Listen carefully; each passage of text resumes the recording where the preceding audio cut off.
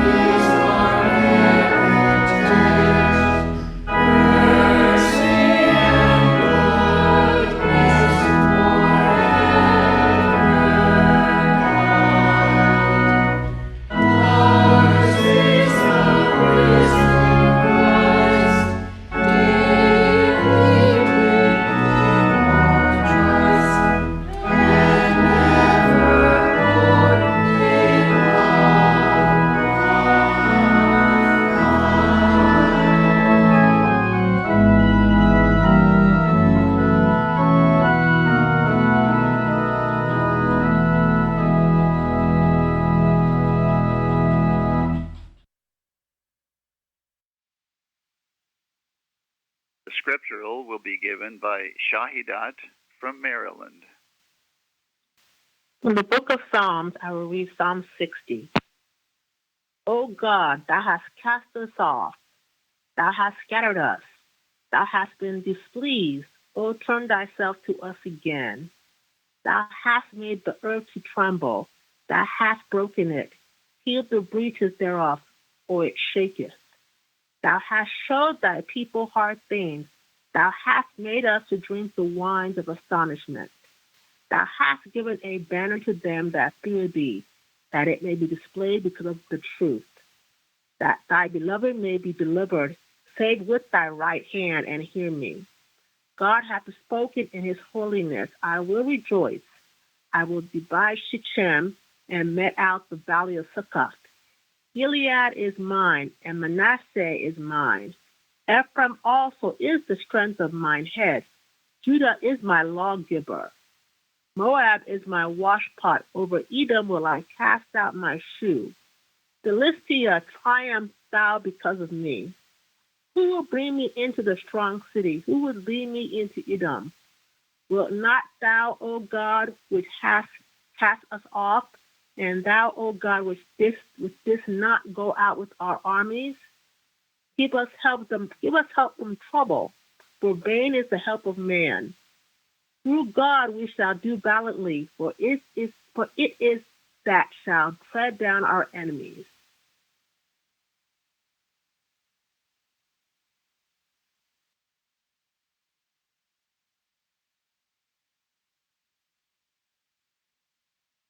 will now have a moment of silent prayer and follow with the Lord's Prayer and its spiritual interpretation as given in the Christian Science textbook.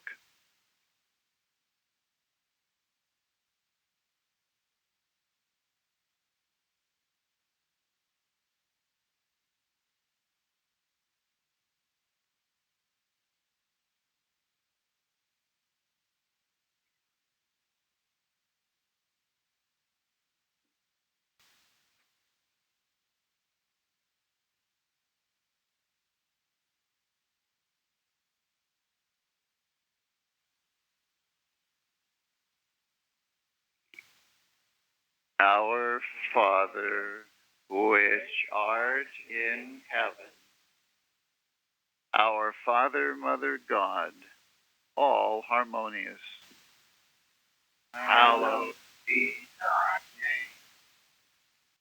name. Adorable One, thy kingdom come. Thy kingdom is come. Thou art ever present. Thy will be done in earth as it is in heaven. Enable us to know, as in heaven, so on earth, God is omnipotent, supreme. Give us this day our daily bread. Give us grace for today. Feed the famished affections. And forgive us our debts as we forgive our debtors. And love is reflected in love. And lead us not into temptation, but deliver us from evil. And God leadeth us not into temptation, but delivereth us from sin, disease, and death. For thine is the kingdom, and the power, and the glory, forever. For God is infinite, all power, all life, truth, love, over all and all.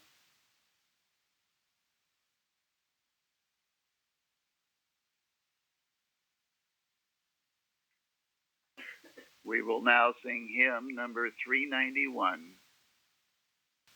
Why search the future and the past? Why do ye look with tearful eyes and seek far off for paradise?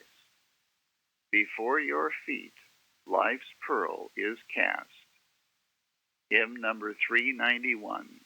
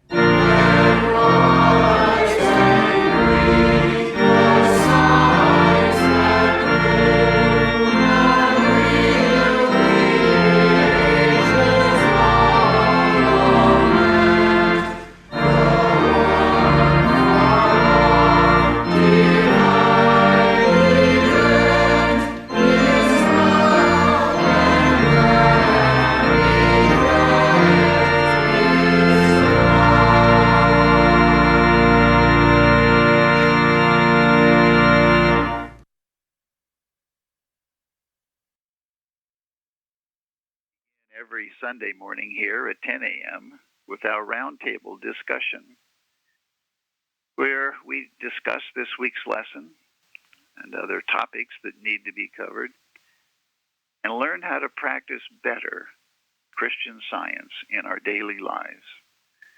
And we had another really good one this morning, so if you missed it, you can hear it on our website, plainfieldcs.com. And you can also find it on our YouTube channel and our Vimeo channel. We have a Sunday school for children that meets at 11 a.m., and that Sunday school is available for children anywhere.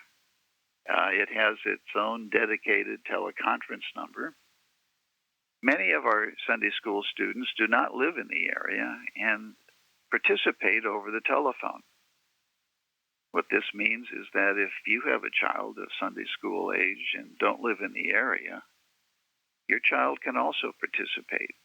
Just give us a call. We'll give you the number, and our teachers will be very happy to welcome your child to our Sunday school. We have a testimony meeting every Wednesday evening at 8:15, where you can hear testimonies of healings and lives literally saved through the study and practice of Christian Science. And at all of our services, we have a nursery available for infants and toddlers. So if you do live in the area or can attend in person, you can bring the whole family. We have 17 different websites in different languages that reach millions of people around the globe. And many people have found our church through our websites, and for this we are very grateful. And one of the things that is featured on our English website, I'd like to point out, is an excerpt from an article written by Mary Baker Eddy called The Law of God to This Day. Beautiful article, and it puts time and everything else into perspective. Recommend it very highly. So if you wonder about our websites, everything that we provide on our websites is free of charge. You can read, download, listen, print, anything that's available on any of our websites without cost to yourself. And everyone is welcome here. And that includes all of you who are listening and participating from around the world. Now we will have the reading of a testimony of healing from the chapter entitled Fruitage in the Christian Science textbook, which attests to the healing power obtained by studying the Christian Science textbook. And that reading will be given this morning by Betty from California. Page 626, healed of infidelity and many physical ills. I feel compelled to write my testimony and hope that I may be accepted as one more witness to the truth as contained in Science and Health with key to the Scriptures. In the year 1883, I first heard of Christian Science. I was sitting in a saloon in Leadville, Colorado, reading a daily paper of that place. My eyes lighted upon an article which spoke of some peculiar people in Boston who claimed to have discovered how to heal as Jesus healed. I do not remember much of the article, but those words stayed with me. I had drifted out to Colorado from New York City, my home, where I had been under the treatment of many leading physicians.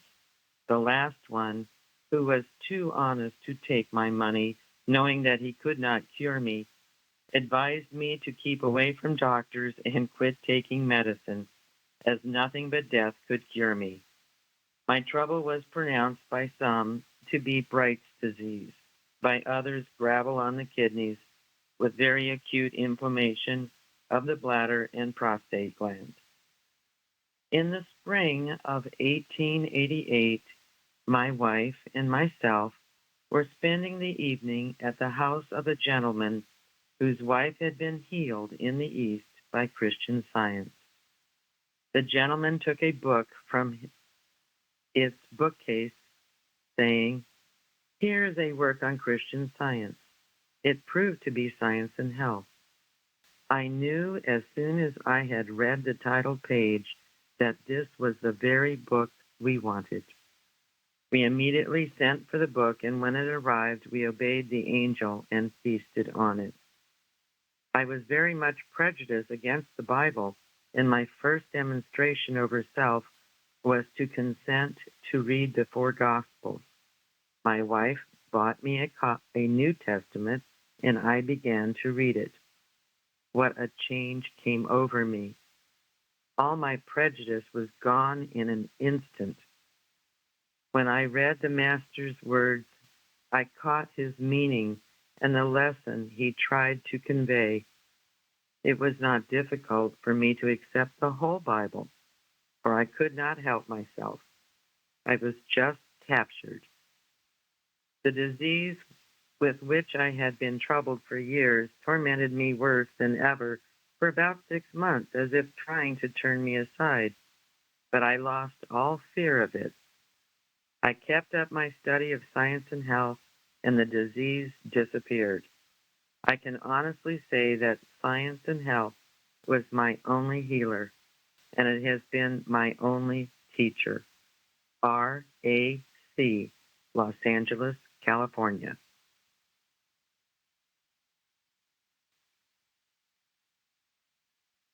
The Bible and the Christian Science textbook are our only preachers.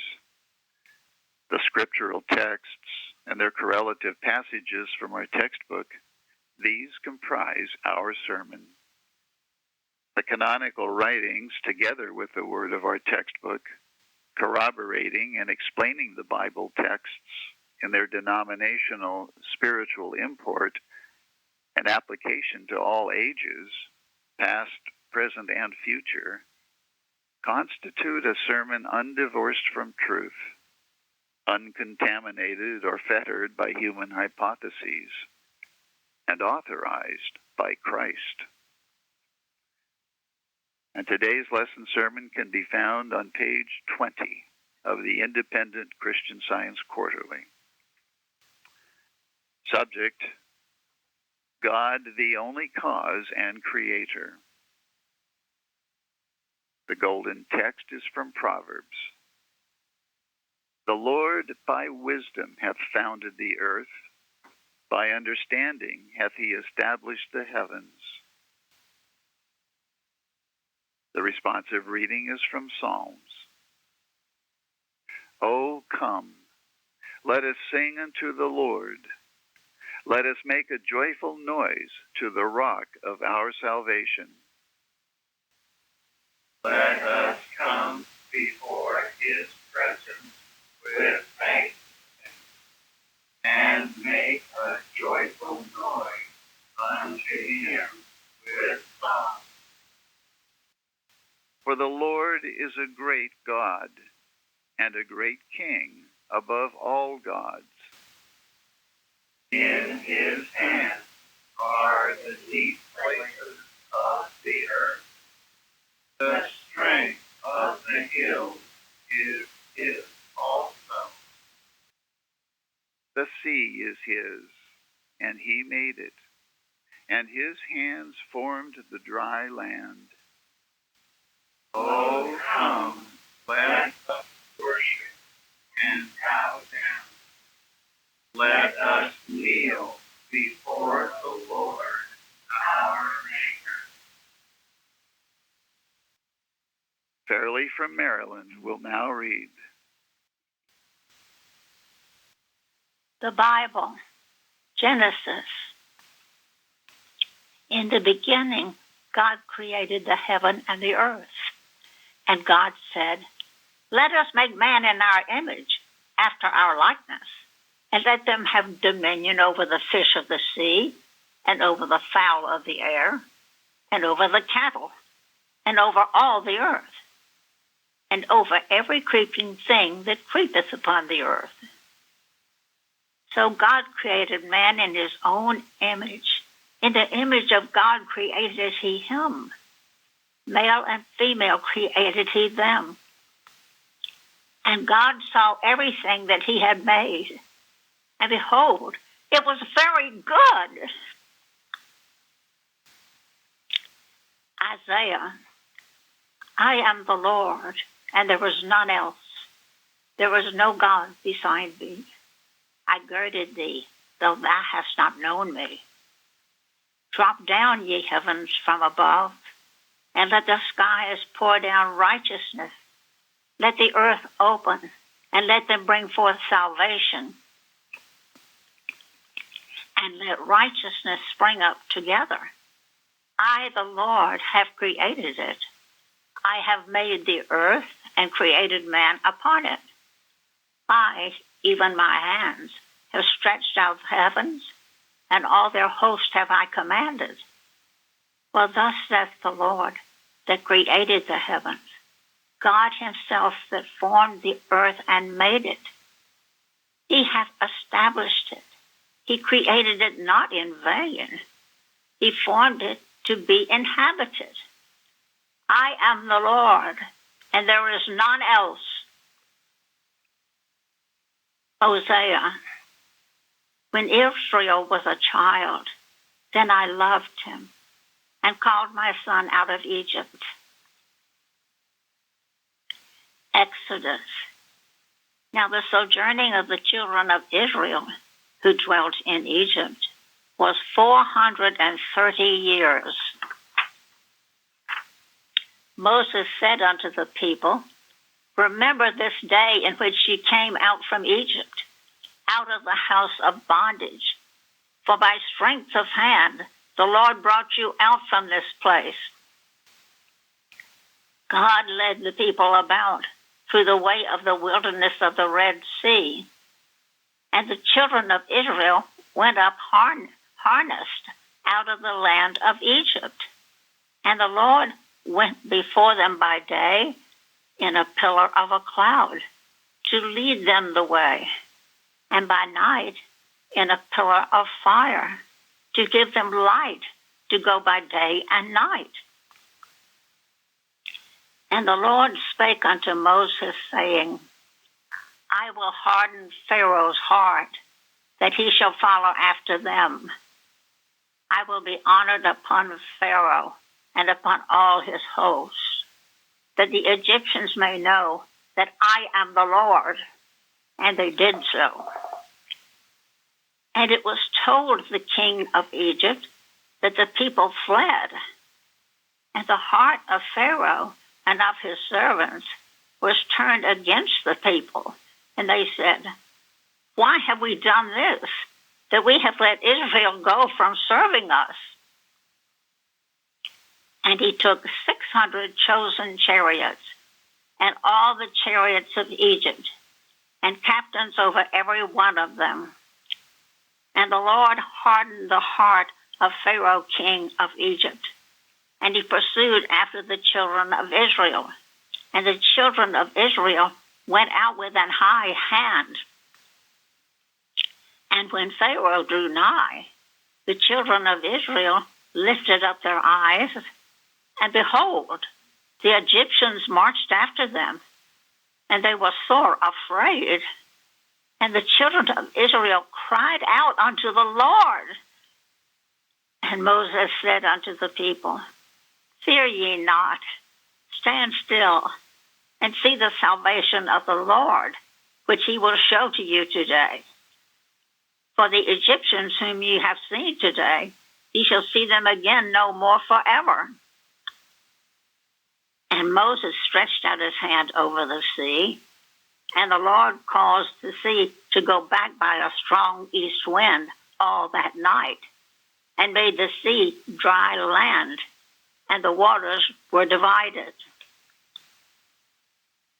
And the children of Israel went into the midst of the sea upon the dry ground, and the waters were a wall unto them on the right hand and on the left. And the Egyptians pursued and went in after them to the midst of the sea, even all Pharaoh's horses, his chariots, and his horsemen. And the Lord said unto Moses, Stretch out thine hand over the sea, that the waters may come again upon the Egyptians, upon their chariots, and upon their horsemen.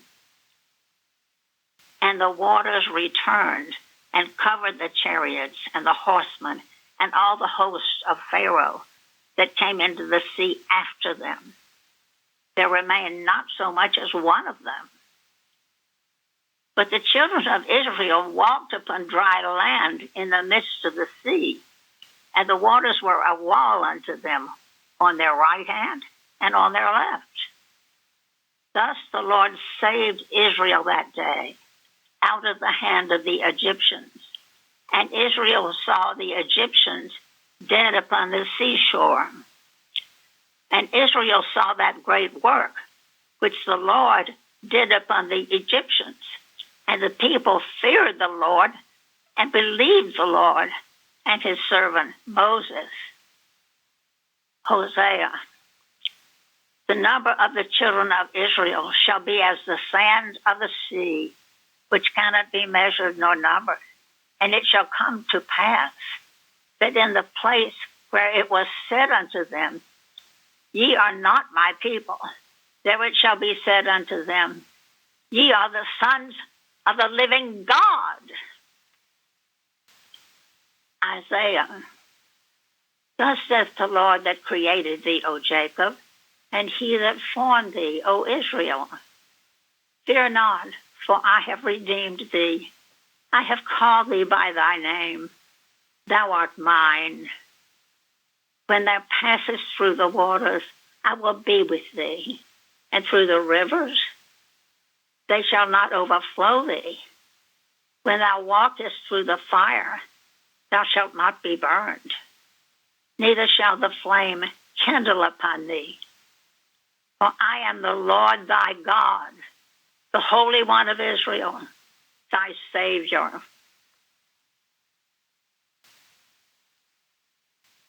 Florence from Georgia will now read. I will now read correlative passages from the Christian Science textbook, Science and Health, with Key to the Scriptures, by Mary Baker Eddy. Creator, Spirit, Mind, Intelligence, the animating divine principle of all that is real and good, self-existent life, truth, and love, that which is perfect and eternal, the opposite of matter and evil, which have no principle, God, who made all that was made and could not create an atom or an element the opposite of himself. The creative principle, life, truth, and love is God. The universe reflects God. There is but one creator and one creation. This creation consists of the unfolding of spiritual ideas and their identities, which are embraced in the infinite mind and forever reflected. These ideas range from the infinitesimal to infinity, and the highest ideas are the sons and daughters of God. Genesis 1:27. So God created man in his own image. In the image of God created he him. Male and female created he them. To emphasize this momentous thought, it is repeated that God made man in his own image to reflect the divine spirit. It follows that man is a generic term. Masculine, feminine, and neuter genders are human concepts. In one Of the ancient languages, the word for man is used also as the synonym of mind. This definition has been weakened by anthropomorphism, or a humanization of deity. The word anthropomorphic in such a phrase as an anthropomorphic God is derived from two Greek words signifying man and form, and may be defined as a mortally mental attempt to reduce deity to corporeality. The life-giving quality of mind is spirit, not matter. The ideal man corresponds to creation, to intelligence, and to truth. The ideal woman corresponds to life and to love. God is the creator of man, and the divine principle of man remaining perfect, the divine idea or reflection, man, remains perfect. Man is the expression of God's being. If there ever was a moment when man did not express the divine perfection, then there was a moment when man did not express God, and consequently, a time when deity was unexpressed, that is, without entity. The relations of God and man, divine principle and idea, are indestructible in science, and science knows no lapse from nor return to harmony, but holds the divine order or spiritual law in which God and all that he creates are perfect and eternal, to have remained unchanged in its eternal history. Father, Mother is this name for deity, which indicates his tender relationship to his spiritual creation. As the apostle expressed it in words which he quoted with approbation from a classic poet, for we are also his offspring. In the science of Genesis, we read that he saw everything which he had made, and behold, it was very good. The corporeal senses declare otherwise. And if we give the same heed to the history of error as to the records of truth, the scriptural record of sin and death favors the false conclusion of the material senses. Sin, sickness, and death must be deemed as devoid of reality as they are of good God. The foundation of mortal discord is a false sense of man's origin. To begin rightly is to end rightly. Every concept which seems to begin with the brain begins falsely. Divine mind is the only cause or principle of existence. Cause does not exist in matter, in mortal mind, or in physical form. Mortals are egotists. They believe themselves to be independent workers, personal authors, and even privileged originators of something which deity would not or could not create. The creations of mortal mind are material. Immortal spiritual man alone represents the truth of creation. When mortal man blends his thoughts of existence with the spiritual and works only as God works, he will no longer grope in the dark and cling to earth because he has not tasted heaven. Carnal beliefs defraud us. They make man an involuntary hypocrite, producing evil when he would create good, forming deformity when he would outline grace and beauty. injuring those whom he would bless. He becomes a general miscreator who believes he is a semi-god. His touch turns hope to dust, the dust we all have trod.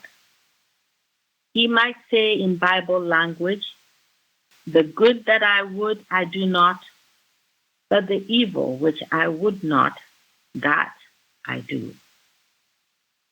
There can be but one Creator who has created all. In the Saxon and 20 other tongues, good is the term for God. The scriptures declare all that he made to be good, like himself, good in principle and in idea. Therefore, the spiritual universe is good and reflects God as he is. God's thoughts are perfect and eternal, are substance and life. Material and temporal thoughts are human, involving error, and since God's Spirit is the only cause, they lack a divine cause. The temporal and material are not then creations of spirit. They are but counterfeits of the spiritual and eternal. Christian science presents unfoldment, not accretion. It manifests no material growth from molecule to mind, but an impartation of the divine mind to man and the universe. Proportionately, as human generation ceases, the unbroken length of eternal, harmonious being will be spiritually discerned, and man, not of the earth earthly, but coexistent with God, will appear. The scientific fact that man and the universe are evolved from spirit and so are spiritual is as fixed in divine science as is the proof that mortals gain the sense of health only as they lose the sense of sin and disease. Mortals can never understand God's creation while believing that man is a creator.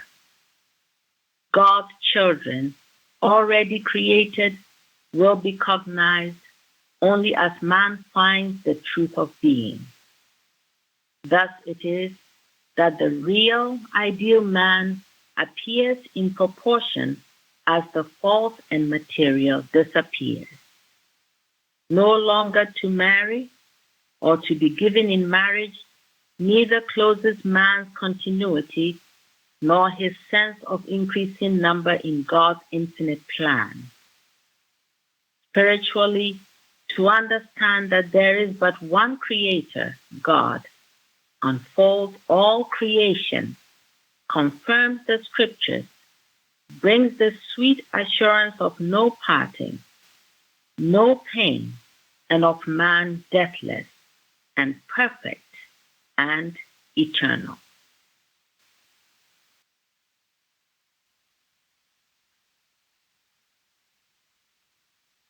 Let us now have a moment of silent prayer for our world.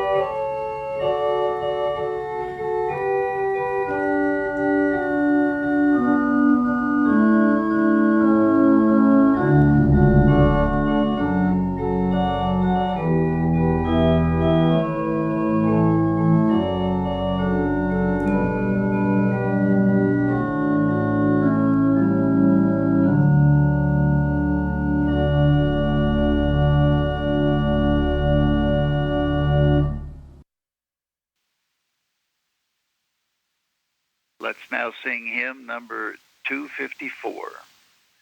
The words of this hymn are by Mary Baker Eddy. O'er waiting harp strings of the mind, there sweeps a strain, low, sad, and sweet, whose measures bind the power of pain, and wake a white-winged angel throng of thoughts, illumed by faith, and breathed in raptured song, with love perfumed. Hymn number 254.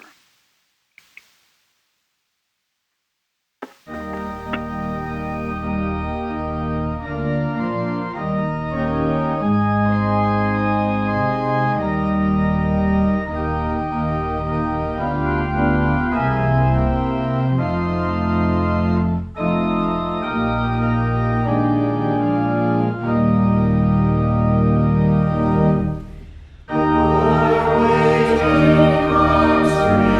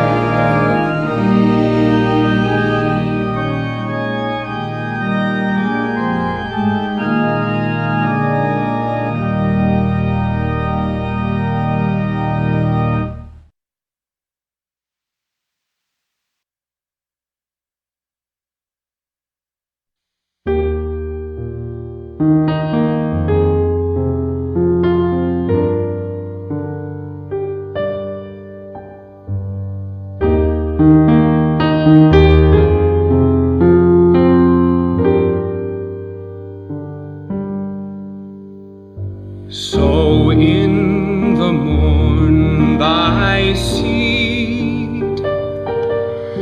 At eve, hold not thy hand.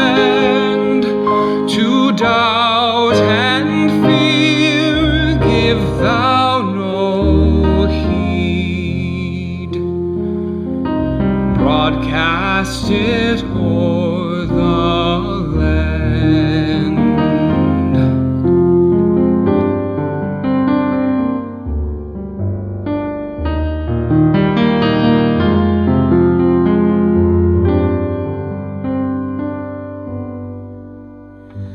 It duly shall appear in verdure, beauty, strength, the tender blade, the stalk, the ear. The fullest corn comes at length.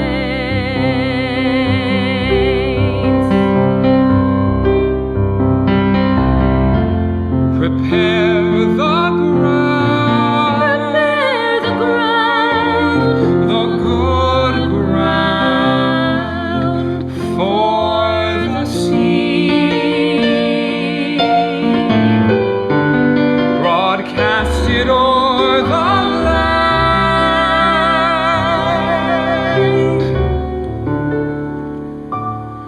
Look around. The harvest now is white.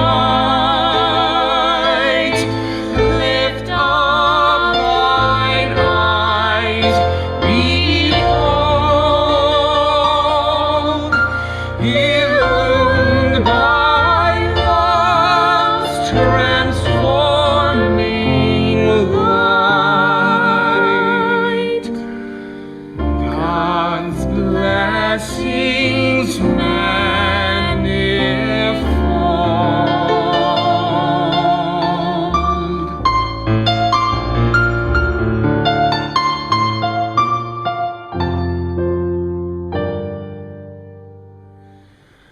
God's blessings manifold.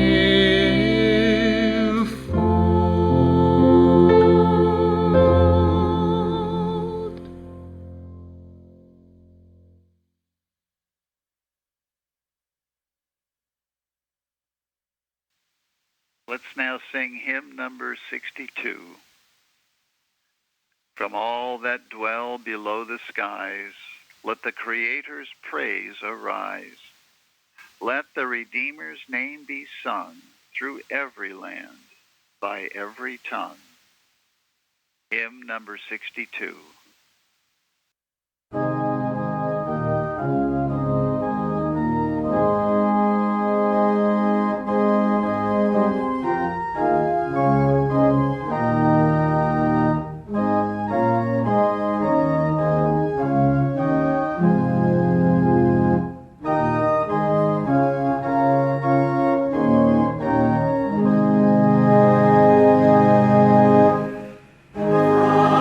From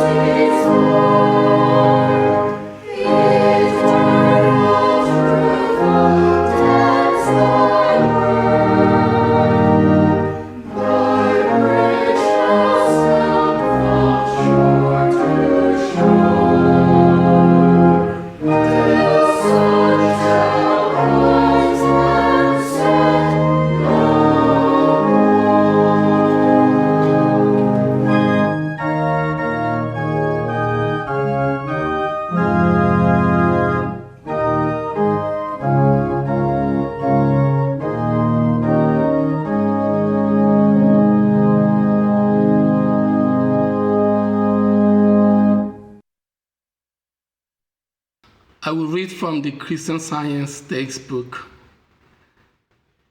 the scientific statement of being, and the correlative passages from 1 John 3rd chapter.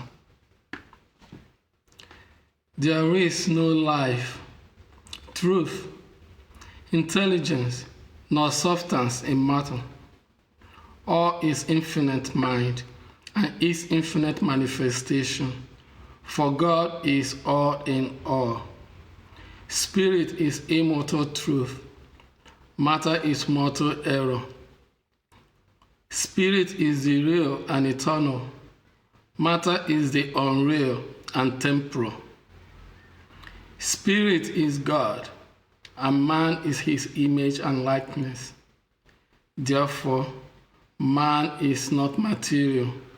He is spiritual.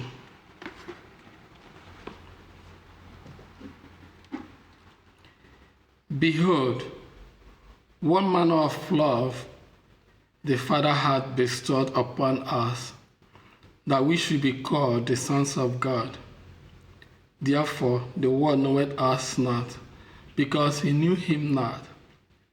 Beloved, now are we the sons of God, and it doth not yet appear what we shall be.